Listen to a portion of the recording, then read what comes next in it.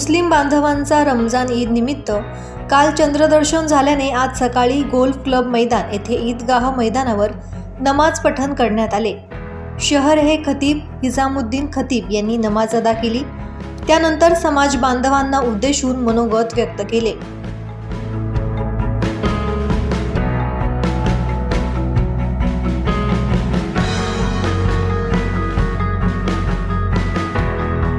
नमाज पठणानंतर शहर ए खतीब यांनी भारत शांततेच्या मार्गाने प्रगती करेल यासाठी प्रार्थना केली।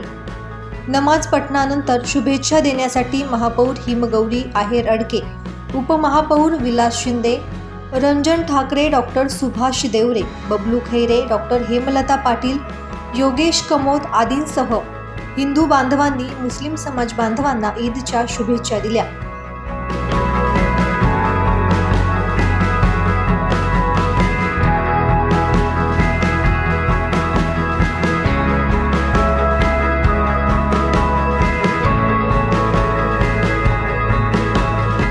यावेळी नमाज पठणासाठी मोठ्या प्रमाणावर गर्दी झाली होती। गोल्फ क्लब मैदान अपुरे पडल्यामुळे अनेक मुस्लिम बांधवांनी रस्त्यावर बसून नमाज पठण केले। वाढती गर्दी लक्षात घेऊन गोल्फ क्लब मैदान परिसरातील सर्व रस्ते वाहतुकीसाठी बंद करण्यात आले होते।